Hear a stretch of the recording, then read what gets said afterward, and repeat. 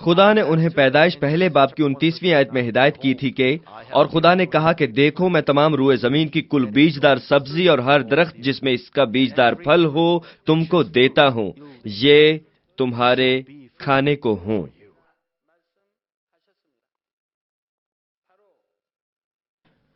آدم اور حوا کو زندہ روحوں کے طور پر خلق کیا گیا تھا۔ دوسرے آسمان پر باغ عدن میں وہ تمام روئے زمین کی کل بیجدار سبزی اور ہر درخت جس میں اس کا بیجدار پھل ہو خوراک کے طور پر کھاتے تھے۔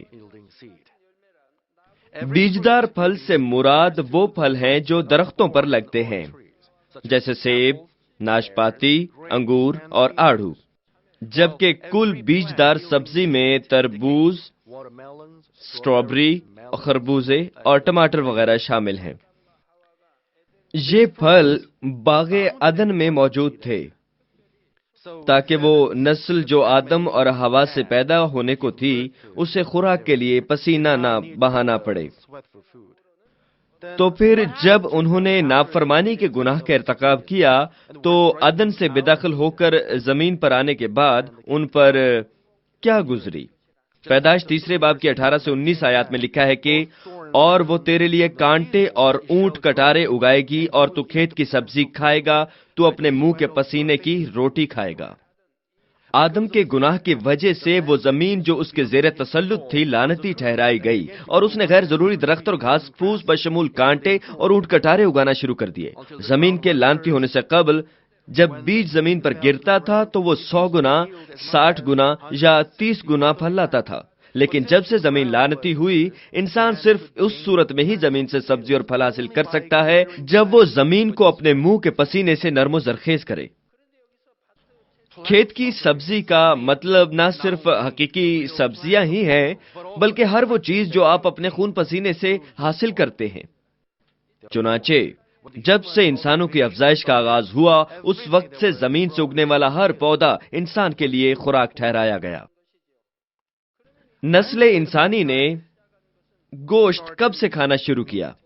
عظیم طوفان نوح کے بعد سے لوگوں نے گوشت کھانے کا آغاز کیا۔ پیدائش 9 باب کی 3 سے 4 آیات میں خدا نے فرمایا کہ ہر چلتا پھرتا جاندار تمہارے کھانے کو ہوگا، ہری سبزی کی طرح میں نے سب کا سب تم کو دے دیا، مگر تم گوشت کے ساتھ خون کو جو اس کی جان ہے نہ کھانا۔ نوح کے طوفان کے بعد خدا نے انسان کو گوشت کھانے کی اجازت دی، لیکن خدا نے ناپاک جانوروں کو پاک سے جدا کیا اور انہیں اس بات کی اجازت بخشی کہ صرف پاک جانوروں کا گوشت ہی کھائیں۔ بعد ازاں خدا نے اپنے بندوں کو تفصیل سے مکروہ اور ناپاک جانوروں کے بارے میں آگاہ کیا اور انہیں ان کا گوشت کھانے سے مکمل منع بھی کیا گیا۔ ناپاک اور مکروہ جانوروں کی فطرت شریر اور کجرو ہوتی ہے، اس لیے جب کوئی ان جانوروں کو کھاتا ہے تو ان کی شریر اور بر فطرت کھانے والے انسان میں حلول کر جاتی ہے۔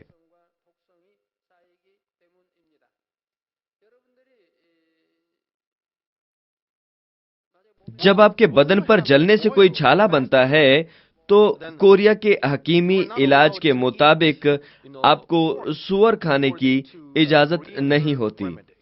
اگر آپ اسے کھائیں تو وہ زخم مزید خراب ہو جاتا ہے، لیکن اگر آپ بھیڑ یا گائے کا گوشت کھائیں تو وہ زخم خراب نہیں ہوتا۔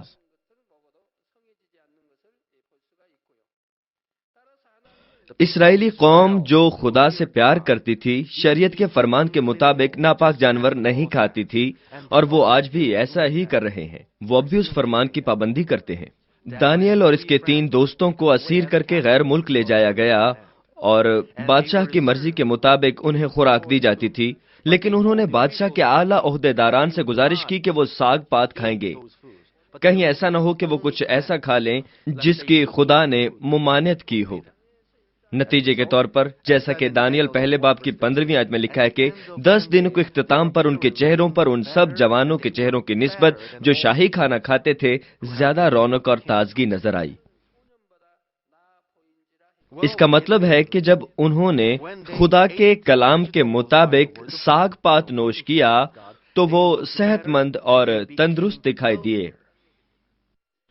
یوحنا استباغی جو یسوع کی راہ تیار کرنے آیا تھا ٹڈیاں اور شہد کھاتا تھا۔ اخبار 11ویں باب کی 22ویں آیت کے مطابق ٹڈیاں کھانے کی اجازت دی گئی ہے۔ جب نئے عہد کا آغاز ہوا اور غیر اقوام تک خوشخبری پہنچی تو رسولوں نے کھانوں کے متعلق احکامات کو باقاعدہ ترتیب دیا۔ ان ضابطوں کے مطابق غیر اقوام کو ان تمام باتوں کا پابند نہیں کیا گیا جو یہودی لوگ کرتے تھے، لیکن چند ایسی باتیں بھی تھیں جو اس وقت بھی ممنوع ہی رہیں۔ چونکہ یہودی عرصہ دراز سے شریعت کی پابندی کرتے آ رہے تھے، اس لیے وہ اس قسم کی مکروہ خوراک کے بغیر گزارا کر لیتے تھے، لیکن غیر اقوام نے اپنی تمام زندگی ان تمام ناپاک چیزوں کو کھانے میں بتائی تھی۔ اس لیے اگر ان سب کو ممنوع قرار دیا جاتا تو ان کے لیے گزارا کرنا انتہائی مشکل ہو سکتا تھا۔ تو غیر اقوام پر احکامات کی پابندی اتنی سخت نہیں تھی جتنی یہودیوں پر تھی۔ اعمال 21 باب کی 25 آیت میں ان فرمان کا ذکر ملتا ہے، مگر غیر قوموں میں سے جو ایمان لائے ان کی بابت ہم نے یہ فیصلہ کر کے لکھا تھا کہ وہ صرف بتوں کی قربانی کے گوشت سے اور لہو اور گلا گھونٹے ہوئے جانوروں اور حرام کاری سے اپنے آپ کو بچائے رکھیں۔ تو وہ غیر اقوام کے لوگ صرف 4 چیزوں کو چھوڑ کر سب کچھ کھا سکتے تھے۔ انہیں بتوں کے سامنے قربان کیے ہوئے گوشت سے بچنا تھا اور خون سے اور گلا گھونٹے ہوئے جانور کے گوشت سے۔ اب گلا گھونٹے ہوئے جانور کے گوشت سے یہاں کیا مراد ہے؟ یہ کتا ہے۔ میں یقین سے نہیں کہہ سکتا کہ آج کل لوگ کتوں کو کیسے مارتے ہیں، لیکن 1980 تک لوگ ان کو گلا دبا کر مارا کرتے تھے۔ اب شاید انہوں نے کوئی نیا طریقہ ڈھونڈ نکالا ہو۔ پرانے وقتوں میں لوگ گائے کو ان کے سر کی پچھلی جگہ پر ضرب لگانے سے اسے ہلاک کرتے تھے اور مرغیوں کے سر کو مروڑ دیا کرتے تھے، لیکن کتوں کو گلا گھونٹ کر ہلاک کرتے تھے۔ جب میں چھوٹا تھا تو یہ میں نے اپنی آنکھوں سے دیکھا۔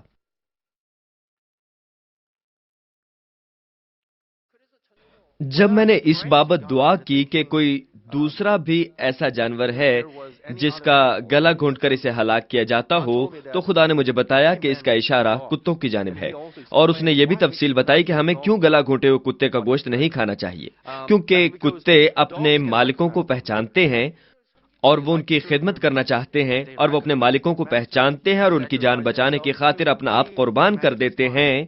وہ اپنے مالک کی نظروں کو، حتیٰ کہ اپنے مالک کی بو کو بھی پہچانتے ہیں۔ وہ اپنی دم ہلا کر انہیں خوش آمدید کہتے ہیں۔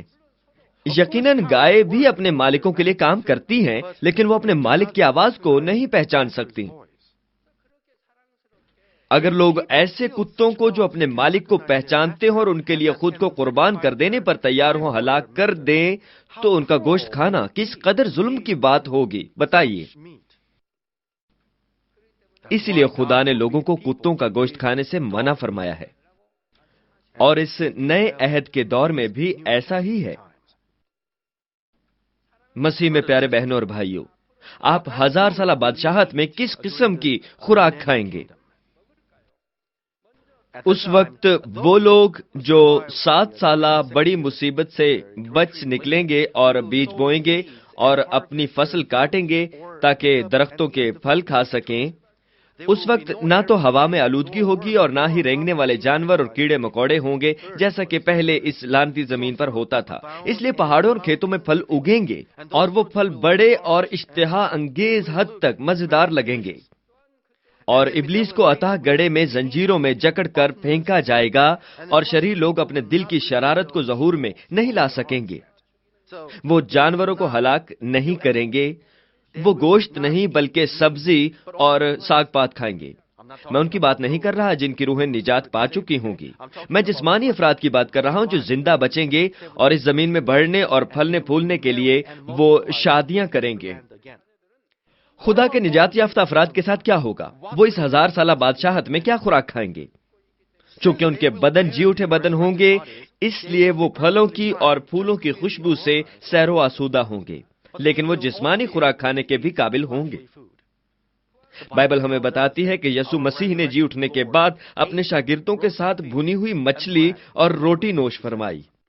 یوحنا 21 باب کی 12 سے 13 آیات میں یسوع نے اپنے شاگردوں سے فرمایا کہ یسوع نے ان سے کہا، آؤ کھانا کھا لو، اور شاگردوں میں سے کسی کو جرأت نہ ہوئی کہ اس سے پوچھتا کہ تو کون ہے، کیونکہ وہ جانتے تھے کہ خداوند ہی ہے۔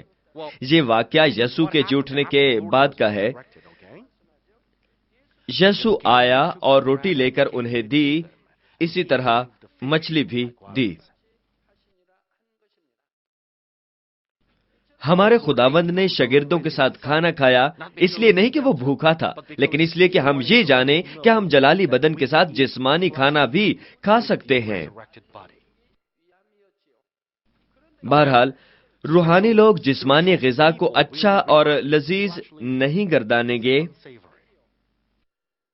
یہ اس لیے نہیں کہ ان کا ذائقہ تبدیل ہو چکا ہے۔ اس کی توجیہ ملاحظہ کیجئے، کوریا کی جنگ کی غذا کے خاص تجربات کا انعقاد بیشتر مقامات پر کیا جاتا ہے اور لوگوں کو چند قدیم خوراک اور غذا کو چکھنے کا موقع فراہم کیا جاتا ہے۔ اس زمانے میں لوگ بہت غریب تھے۔ کوریا کی جنگ کے بعد کچھ بھی باقی نہیں بچا تھا۔ تہواروں کے بعد چند پرانے انداز کے پکوان جیسے متبادل کے طور پر چاول کا آٹا، سخت جو کا معمولی کچلا اور ابلا ہوا جو کا شوربہ وغیرہ۔ بہت عرصہ قبل جبکہ کھانے کے لیے کچھ بہت زیادہ میسر نہیں تھا، لوگ اس قسم کی غذا سے لطف اندوز ہوتے تھے۔ جب میں اپنے دوست کے گھر اپنے چند دوسرے دوستوں کے ہمراہ جاتا تھا تو اس قسم کی خوراک ملنے پر ہم بہت خوش ہوتے تھے۔ لیکن اگر آپ ان پکوانوں کو موجودہ دور میں آزمائیں تو چاہے وہ اپنے دور میں بہت لذیذ ہی کیوں نہ ہوا کرتے ہوں، آپ کے لیے وہ لذیذ ہرگز بھی نہیں ہوں گے۔ طلبہ جو نوجوان ہیں، جو سفید چاول سے اور نرم روٹی سے آشنا ہیں، وہ ان پکوانوں کو کبھی بھی لذیذ نہیں کہیں گے۔ اگر انہیں اس قسم کی خوراک پر زندہ رکھا جائے تو بھی وہ اس خوراک کو نہیں کھائیں گے، چاہے اس کے لیے انہیں معاوضہ ہی کیوں نہ دیا جائے۔ 1000 سالہ بادشاہی کے دوران روحانی لوگ جسمانی خوراک سے لطف اندوز نہیں ہوں گے کیونکہ ان کے بدن جلالی ہوں گے۔ کوریا کی جنگ کے فوراً بعد یا 50 یا 60 کی دہائی میں گندم کے کچلے اور کیک بہت لذیذ ہوتے تھے۔ اس وقت بھی ببل گم ہوا کرتی تھی۔ جب ہم ان کو کافی دیر تک چباتے تھے تو وہ بھی ببل گم کی مانند ہی ہو جاتی تھی۔ لیکن اگر ہم اس غذا کو آج کل کے کسی شخص کو دیں تو کیا وہ انہیں کھائے گا؟ ایسی خوراک کو کون کھائے گا؟ روحانی افراد کبھی کبھار ہی جسمانی خوراک کھائیں گے، لیکن جب جسمانی لوگ انہیں دعوت دیں گے تو وہ اس قابل ہوں گے کہ ان کے ساتھ وہ جسمانی غذا خوشی سے نوش کریں۔ جسمانی غذا کھانے کے بعد وہ ان کے بدنوں سے علیحدہ ہو کر سانس کے ذریعے باہر آئے گی۔ روحانی افراد کو بیت الخلاء بھی جانے کی ضرورت نہیں ہوگی، ٹھیک ہے؟ 1000 سالہ بادشاہی میں یہ جسمانی افراد پھر بھی بیت الخلاء جائیں گے، لیکن روحانی افراد بالکل نہیں جائیں گے۔ یوحنا 20 باب کی 22 آیت میں ہمارے جی اٹھے خداوند شاگردوں پر ظاہر ہوئے اور اس نے ان پر پھونکا اور کہا، روح القدس لو۔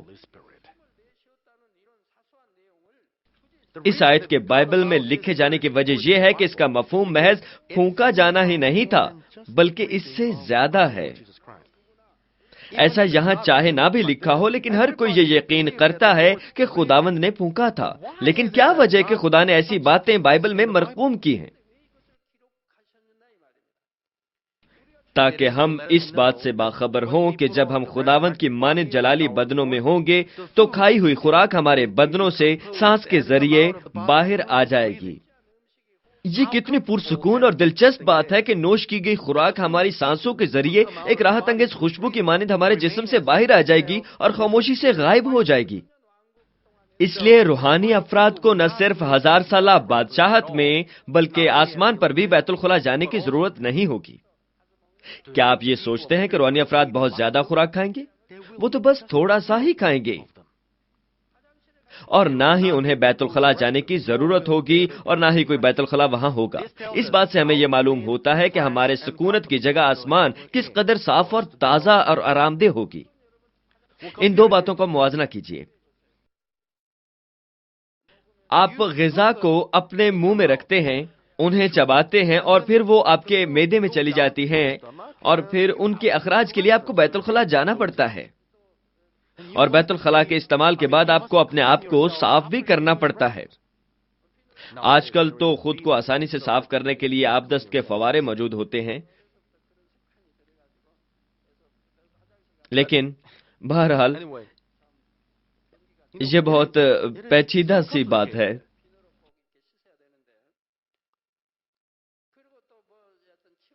لیکن اگر آپ آسمان پر جاتے ہیں تو آپ کو ایسا کچھ بھی کرنے کی ضرورت نہیں۔ مسیح میں عزیز بہنوں اور بھائیوں، آج سے اس خوراک کے متعلق چھان بین کریں جو آپ آسمان پر کھائیں گے۔ آسمان پر ہم جو بدن رکھیں گے وہ 1000 سالہ بادشاہت کے مقابلے میں روحانی عالم کے لیے زیادہ بہترین اور مناسب ہوگا۔ آسمانی بدن خدا کی عطا کی ہوئی قدرت کے بدولت ابدی زندگی بسر کرنے کے قابل ہوگا، چاہے ہم وہاں خوراک نہ بھی کھائیں۔ ہمارے خداوند یسوع نے بائبل میں بتایا ہے کہ روحانی بدن غذا کے بغیر بھی زندہ رہ سکتا ہے۔ متی 26ویں باب کی 29ویں آیت میں یسوع نے فرمایا، میں تم سے کہتا ہوں کہ انگور کا یہ شیرہ پھر کبھی نہ پیوں گا، اس دن تک کہ تمہارے ساتھ اپنے باپ کی بادشاہی میں نیا نہ پیوں۔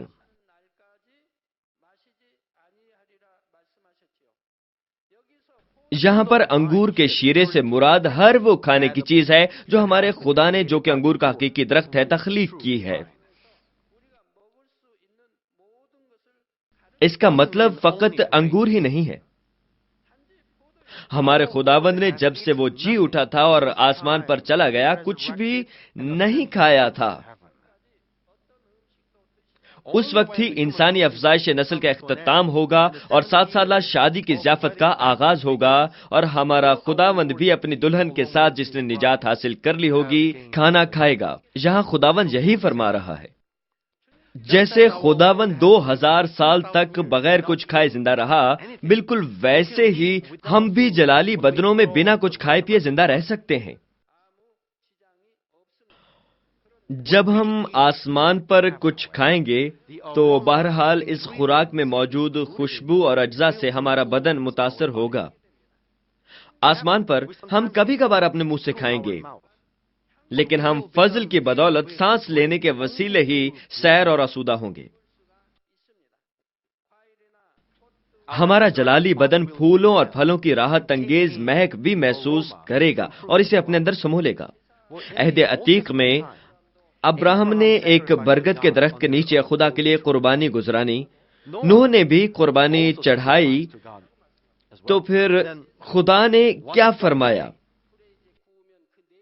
اس نے یہ فرمایا کہ اس نے ان قربانی کی خوشبو لی۔ تو کیا اس کا یہ مطلب ہوا کہ خدا ان جلتی ہوئی قربانی کی خوشبو لیتا ہے؟ کیا وہ مہک آسمان تک پہنچتی تھی؟ نہیں۔ تو پھر خدا کا کیا مطلب ہوا؟ خدا نے ان لوگوں کی خوشبو لی جنہوں نے قربانی گزرانی تھی۔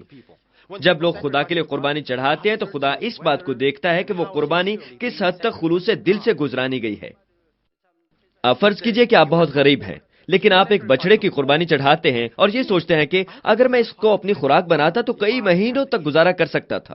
اس صورت میں کیا خدا اس قربانی کو قبول کرے گا؟ ہرگز نہیں، وہ اسے قبول نہیں کرے گا۔ خدا اس وقت ہی قربانی کی راحت انگیز خوشبو کو قبول کرتا ہے جب لوگ اپنے دل سے ایسا کریں۔ اس لیے جب آپ خدا کے حضور قربانی گزرانتے ہیں تو آپ کے دل کی سچائی اور خلوص کو خدا دیکھتا ہے۔ خدا یہ دیکھتا ہے کہ یہ قربانی خلوص دل سے چڑھائی گئی ہے یا نہیں۔ آپ اتوار کو بہت جلدی میں بیدار ہوتے ہیں اور اپنا ہدیہ گزرانے کے لیے لفافہ ڈھونڈتے ہیں، یا پھر چرچ کے نام ایک چیک لکھتے ہیں، یا پھر ایسا چرچ آ کر کرتے ہیں۔ کیا آپ ایسا سمجھتے ہیں کہ یہ خلوص دل سے دیا گیا ہدیہ ہے؟ آپ کو کم از کم ایک ہفتہ پیشتر ہی اپنا ہدیہ تیار کر لینا چاہیے۔ اس صورت میں خدا انتہائی خوش ہوگا۔ میں خود ایک ماہ قبل ہی ہدیہ تیار کر لیتا ہوں۔ جب بھی مجھے کوئی نیا نوٹ ملتا ہے میں اسے ہدیے کے لیے محفوظ کر لیتا ہوں، ایک ماہ قبل ہی۔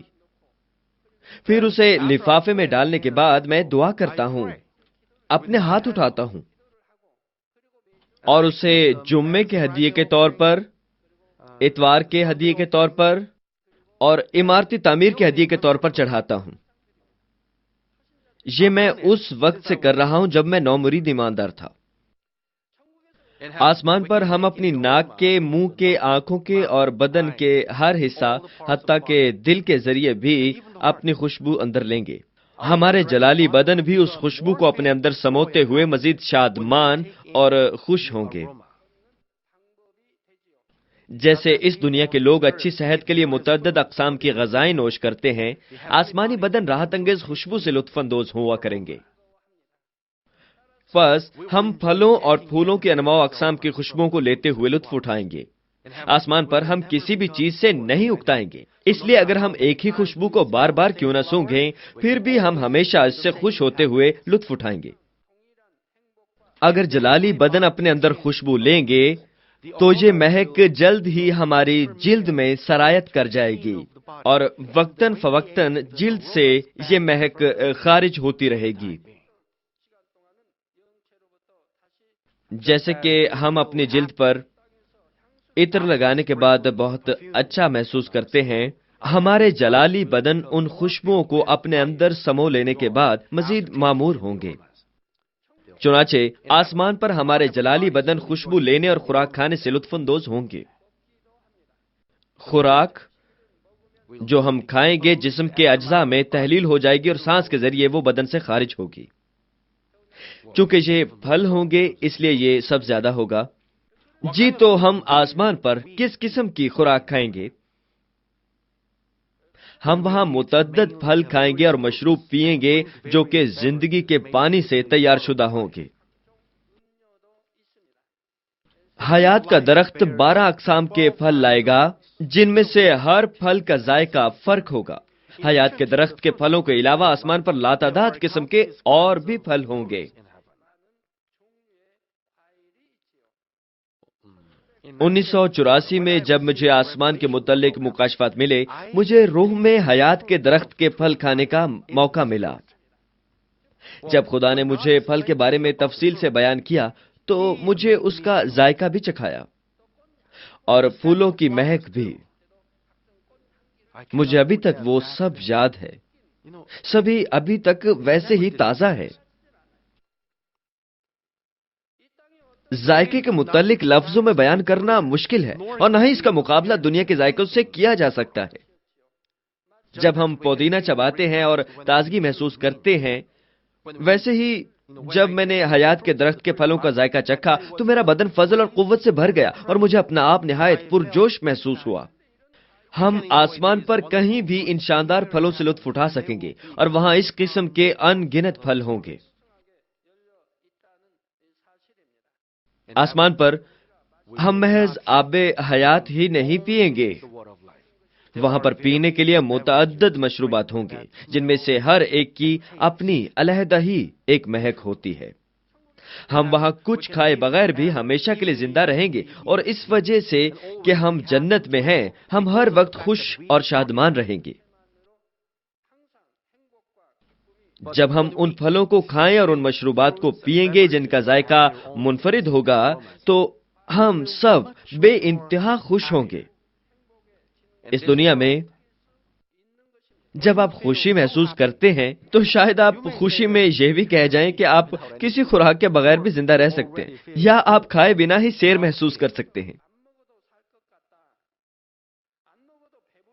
لیکن اگر آپ ایک مسرور دل کے ساتھ کچھ نوش کرتے ہیں تو آپ زیادہ خوش ہوں گے۔ آسمان پر بھی ایسا ہی ہوتا ہے۔ جب آپ آسمان میں داخل ہوں گے تو کیا آپ وہی خوراک کھائیں گے جو اس دنیا میں کھایا کرتے تھے؟ آپ کا کیا خیال ہے؟ کیا آپ کا یہ خیال ہے کہ وہاں وہی گوشت، روٹی اور کیک ہوں گے جن سے آپ یہاں لطف اندوز ہوتے ہیں؟ کبھی کبھی ہمیں کچھ خاص کھانے کا دل کرتا ہے۔ بعض اوقات ہمارا دل گوشت یا چٹپٹا کھانا یا کچھ میٹھا کھانے کا چاہتا ہے۔ چنانچہ ہم اپنے حالات اور اپنے ذائقے کی ضرورت کے مطابق کچھ خاص قسم کی خوراک نوش کرنے کی خواہش کرتے ہیں۔ بہرحال آپ کو محض اس لیے وہ غذا کھانے کی ضرورت نہیں کہ آپ کو ایسا محسوس ہوتا ہے۔ مجھے خط ملا اور مجھے جب میں نے وہ خط پڑھا تو اس عورت کے لیے بہت افسوس محسوس ہوا۔ وہ کچھ ایسا کھانے کے بعد جو کہ اس کا دل کھانے کو چاہ رہا تھا، دار فانی سے کوچ کر گئی۔ یہ ارلن ریوز کے بارے میں امریکہ سے ڈاکٹر ایلمینڈو پینیڈا کا خط تھا۔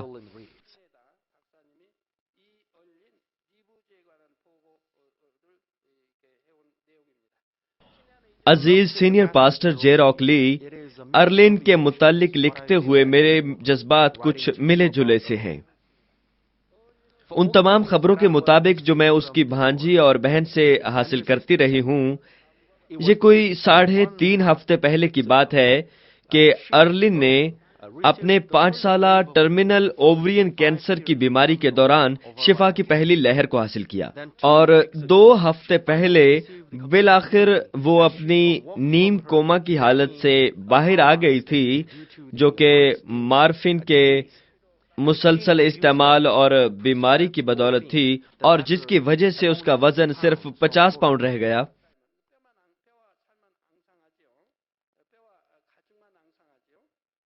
وہ اس دعائیا کپڑے کے لمس کے تجربے کے سبب اس قدر خوش تھی، جو آپ نے مہربانی کر کے اس کے لیے بھیجا تھا، کہ وہ نرسوں سے یہ کہہ رہی تھی کہ اس کپڑے کو اس کے جسم سے جدا نہ کیا جائے، کیونکہ اگر خدا نے اس کی زندگی بڑھا دی ہے تو اسے یہ بھی علم تھا کہ یسوع مسیح سے مکمل شفا عطا فرمائے گا۔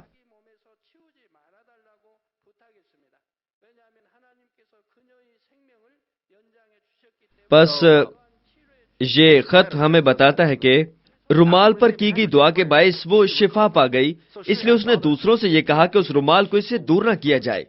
وہ اپنے بدن کو حرکت نہیں دے سکتی تھی، لیکن اس کا یہ ایمان تھا کہ وہ اس رومال کے وسیلے کامل شفا پا جائے گی، اس لیے اس نے رومال کو خود سے دور نہ جانے دیا۔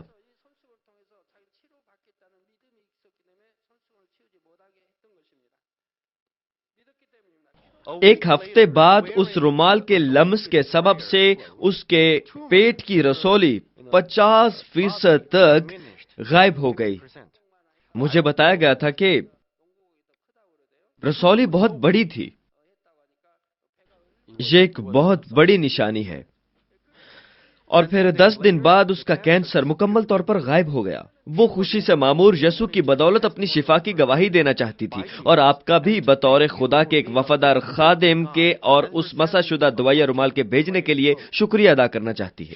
پھر اس نے کچھ کھانے کی درخواست کی۔ اتنے طویل عرصے کے مارفن کے استعمال کی وجہ سے اس کی انتڑیاں زخمی ہو چکی تھیں، لیکن اس کے باوجود ہسپتال کی نرسیں اس کے جسم میں میٹاسٹیٹک کینسر یعنی ٹرمینل کینسر کا ہلکا سا شائبہ تک نہ پا سکی، اور وہ غیر یقینی کی کیفیت میں تھی۔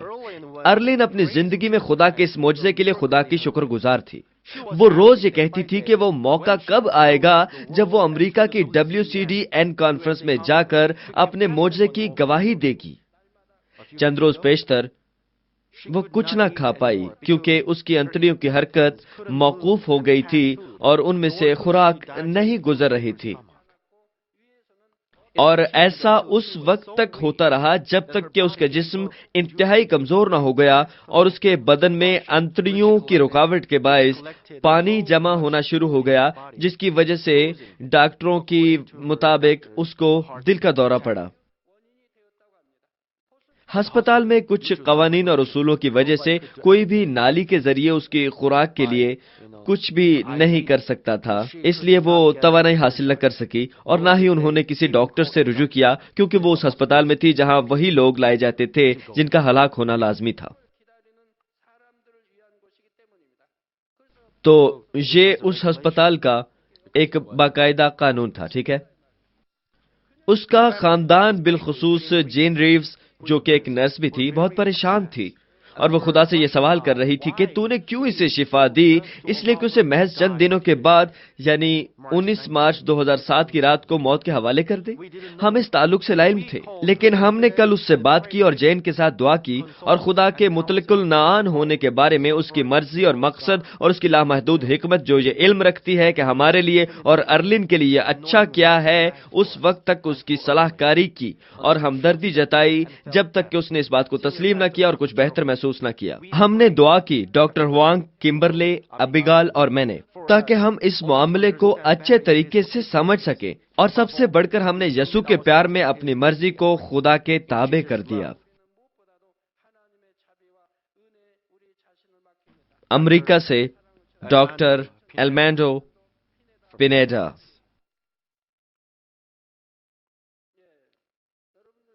میرا اس خط کو آپ سب کے سامنے پڑھنے کا یہ مقصد تھا کہ آپ اس قسم کی غلطی نہ کر بیٹھیں۔ ڈاکٹر حضرات، برائے مہربانی اس کو عمدگی سے سمجھیں۔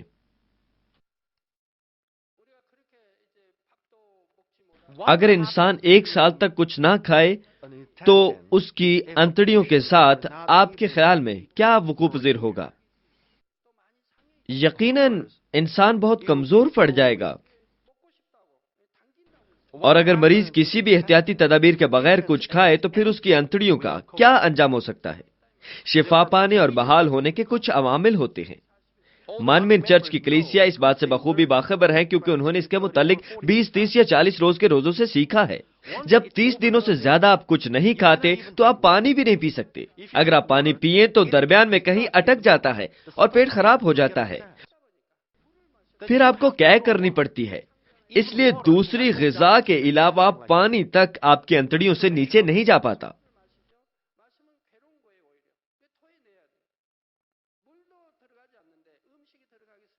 لیکن شکر ہے کہ چاول کے پتلے دلیے سے کام چل جاتا ہے، اور جسم چاول کے اس پتلے دلیے کو ہضم کر لیتا ہے۔ آپ اس کو بہت پتلا بناتے ہیں، پانی کی مانند پتلا، اور آپ اس کی انتہائی معمولی مقدار نوش کرتے ہیں۔ آپ دن میں چاول کے اس پتلے دلیے کے 4 چھوٹے پیالے پیتے ہیں۔ پھر وہ آپ کے گلے، معدے کو بحال کرتا ہے۔ یہ آپ کے گلے اور معدے کو بحال کرتا ہے اور نیچے پیٹ میں پہنچتا ہے، اور اس طرح آپ کی انتڑیاں آہستہ آہستہ معمول کے مطابق کام کرتی ہیں۔ اس خوراک کو بحالی کی خوراک کہتے ہیں۔ اور جو لوگ بھی روزے رکھتے ہیں اس خوراک سے فائدہ اٹھاتے ہیں۔ اگر آپ 40 دنوں تک روزے میں ٹھہرتے ہیں تو آپ کو اس بحالی کی خوراک کو کم از کم 20 دنوں تک کھانا چاہیے۔ لیکن اگر مریض ان تمام باتوں کو نظر انداز کرے، اپنی مرضی سے جو اس کا من چاہے کھائے، تو اس صورت میں کیا ہوگا؟ اس عورت کے ساتھ کیا ہوا تھا؟ وہ اس دنیا سے کوچ کر گئی۔ مجھے اس کے لیے بہت افسوس ہے۔ اگر مانمن چرچ کا کم از کم ایک بھی رکن وہاں موجود ہوتا، اگر کوئی اس کی رہنمائی کرنے والا ہوتا، تو اسے کیا کرنا چاہیے؟ وہ اس حقیقت سے لا علم تھی۔ مجھے یہ بیان کیا گیا تھا کہ وہ کافی زیادہ کھاتی تھی۔ اس لیے برائے مہربانی جو بھی آپ کا من چاہے آپ وہ نوش نہ کیجیے، ٹھیک ہے؟ برائے مہربانی۔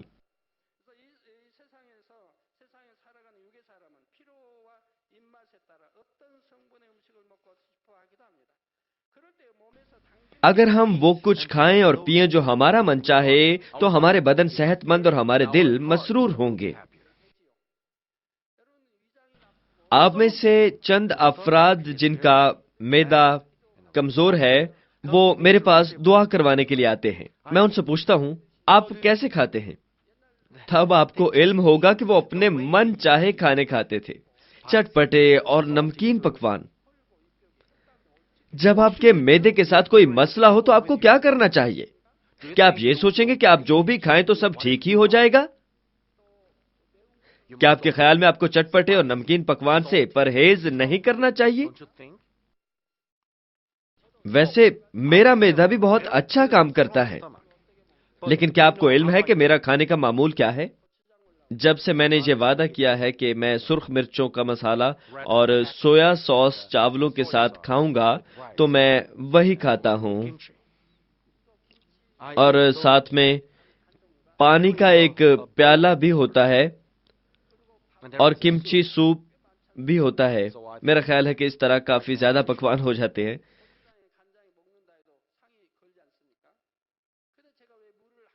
تو پانی کے ایک پیالے کے ہونے کی یہ وجہ ہے کہ تقریباً تمام پکوان چٹپٹے ہوتے ہیں۔ میں کمچی کو پانی کے پیالے میں ڈال دیتا ہوں تاکہ اس کا چٹپٹا پن قدرے تھوڑا سا کم ہو جائے۔ اس لیے ہر وقت پانی کا پیالہ بھی ساتھ موجود ہوتا ہے۔ میں کمچی کو اپنے منہ میں ڈالنے سے پہلے ہمیشہ پانی سے دھو لیتا ہوں۔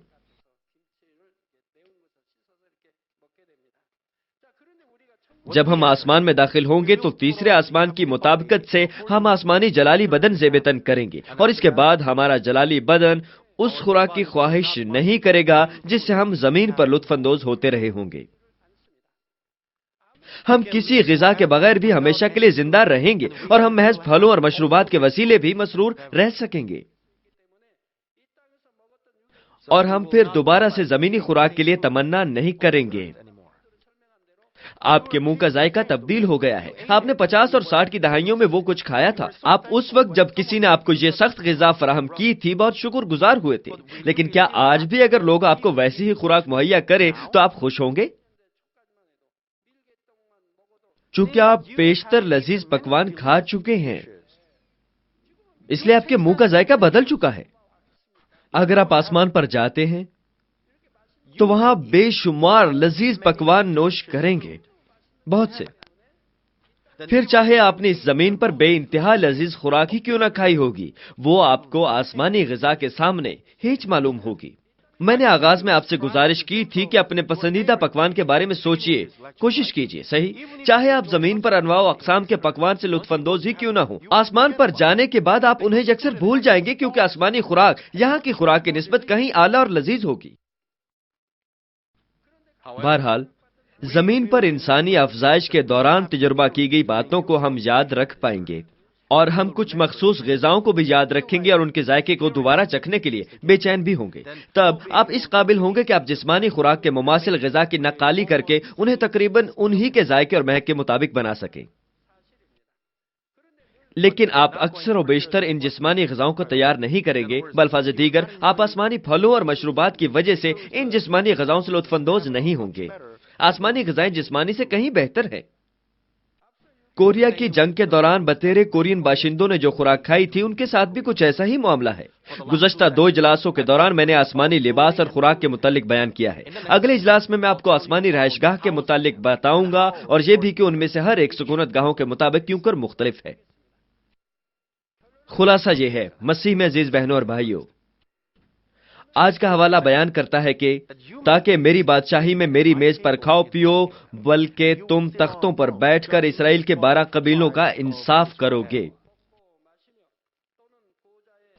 یہ وعدہ ان لوگوں کے لیے ہے جنہوں نے مسیح کی خاطر اپنا سب کچھ چھوڑ دیا اور اس کی پیروی کرتے ہوئے اس کے شاگردوں کی مانند اس کی راہ پر ہو لیے۔ جب آپ آسمان میں داخل ہوں گے، آپ میں سے چند کو یہ اعزاز حاصل ہوگا کہ وہ اس میز یا دسترخوان پر جو کہ فرشتوں نے آراستہ کیا ہوگا ہمارے خداوند کے ساتھ ہم نشست ہوں اور اس کے ہمراہ کھائیں اور پیئیں۔ چند دیگر افراد اپنے آسمانی گھروں میں بہت عمدہ میزوں کے گرد نشست فرما ہوں گے اور شاندار انداز میں شفاف شیشے کی بنی ہوئی تشتریوں میں سجے ہوئے پھلوں اور فرشتوں کی میزبانی سے لطف اندوز ہوں گے۔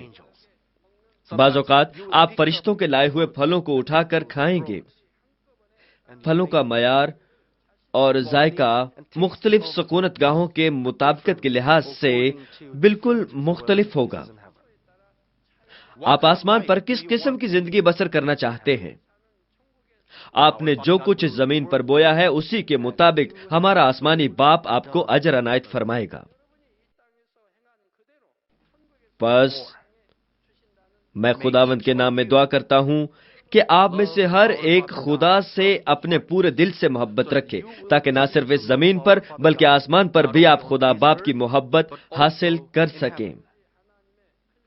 یسوع مسیح کے نام میں آمین۔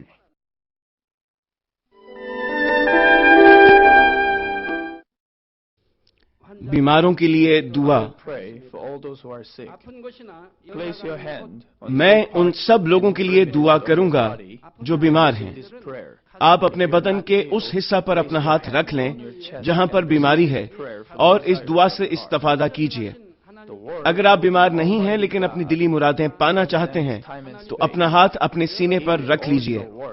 خدا کا زندہ کلام وقت اور فاصلے کی قیود سے آزاد ہے اور آپ کے ایمان کے مطابق آپ کے لیے کام کرے گا۔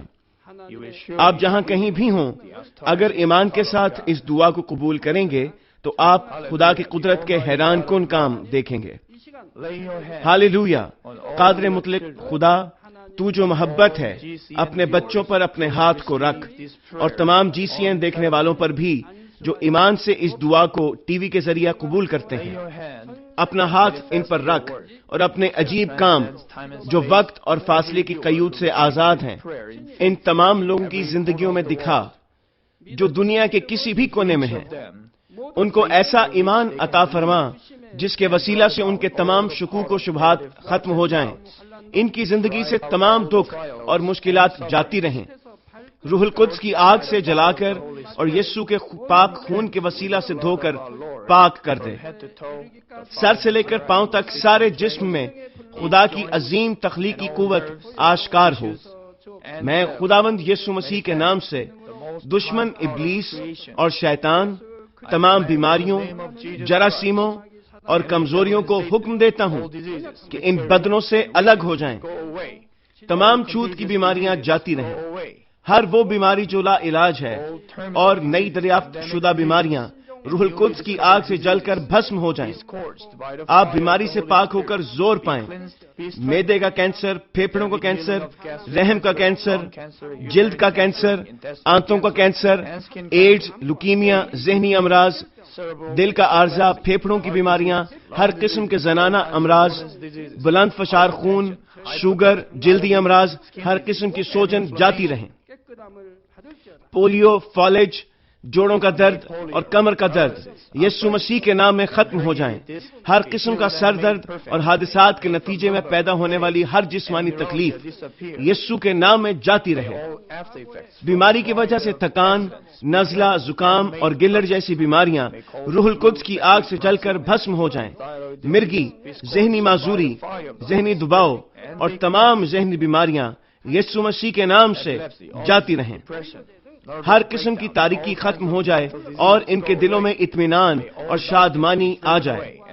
خدا باپ تخلیق کی عظیم ترین قوت کے وسیلہ سے یہ جسم جو کمزور ہو چکے ہیں دوبارہ سے زور پائیں، فالج کے جکڑے آزاد ہو جائیں اور لنگڑے چلنا اور چھلانگے لگانا شروع کریں۔ نظر کی کمزوری جاتی رہے، بہرے سننا شروع کر دیں، اندھے بینائی حاصل کریں اور گونگے لوگ بولنا شروع کر دیں۔ خدا باپ بانجھ خواتین کو اولاد کی برکت عطا فرما، ٹوٹی ہڈیوں کو جوڑ دے اور جسم کے تمام جلے ہوئے حصے مکمل طور پر شفا یاب ہو جائیں۔ نشہ کی لعنت میں گرفتار لوگوں کو روح القدس کی آگ کے وسیلہ سے پاک اور صاف کر دے۔ جسم کے تمام مردہ خلیے زندہ ہو جائیں، تمام تاریکی جاتی رہے اور ابلیس کی قوتیں نکل جائیں۔ میں یسوع مسیح کے نام سے حکم دیتا ہوں کہ دشمن ابلیس، شیطان اور ہوا کی عملداری کا حاکم اپنا قبضہ چھوڑ دیں اور ان کے تمام قاصد بھی یسوع مسیح کے قادر نام میں نکل جائیں۔ تاریکی کی ناپاک، دھوکہ دینے والی اور گمراہ کر دینے والی قوتیں یسوع کے نام میں دور ہو جائیں۔ بے ایمانی اور نا انصافی کی بدروہیں جاتی رہیں، تمام تاریکی جاتی رہے، تیرا نور چمکے۔ خدا باپ ان کی روحوں کو بھی ان کے جسم کے ساتھ مضبوط فرما، ان کو قوت دے کہ یہ تجھ کو پکار سکیں، ان کو قوت دے کہ یہ اپنے گناہوں کو ترک کر سکیں، ان کی جانیں اس دنیا میں راحت پائیں اور ان کی زندگیاں خوشحال ہوں۔ ان کی دعاؤں کو قبول فرما اور ان کی دلی مرادوں کو پورا فرما۔ ان کی زندگیاں ایمان، امید اور محبت میں ترقی کرتی چلی جائیں اور ان کے خاندان بھی تیری نجات کے پیغام کو سن کر قبول کریں اور نجات حاصل کریں۔ ان کے خاندانوں کو ہر قسم کے حادثات اور تباہیوں سے محفوظ رکھ اور ان کو برکت دے کہ وہ ایک خوشحال زندگی بسر کریں۔ اے خدا، اپنے فرزندوں کو گھروں اور کاروبار کی جگہ پر روح القدس کی آتشی باڑ میں محفوظ رکھنا اور تیری آنکھیں جو آگ کے شعلہ کی مانند ہیں ان کو دیکھتی رہیں۔ ان کا باہر جانا اور اندر آنا مبارک ہو۔ انہیں برکت دے تاکہ یہ لوگوں کو قرض دیں لیکن کسی سے کبھی قرض نہ لیں۔ انہیں حکمت اور عقل دے اور ان پر فضل کر کہ وہ روح القدس سے معمور ہو جائیں۔ خداوند اپنے خادموں کو وہ کام کرنے کی توفیق اور فضل عطا فرما جو تو نے انہیں سونپا ہے۔ ہر چرچ میں ایک انقلاب برپا کر دے۔ اپنے بچوں کی رہنمائی کر تاکہ وہ تجھے جلال دیں جو بھی کام وہ کریں. اپنے عجائب کا ظہور فرما تاکہ وہ اپنے لبوں سے تیری گواہی دیں کہ وہ تجھ سے ملے ہیں اور تو ان کی دعاؤں کو قبول کرتا ہے. خدا باپ، میں تیرا شکریہ ادا کرتا ہوں اور صرف تجھے ہی سارا جلال دیتا ہوں.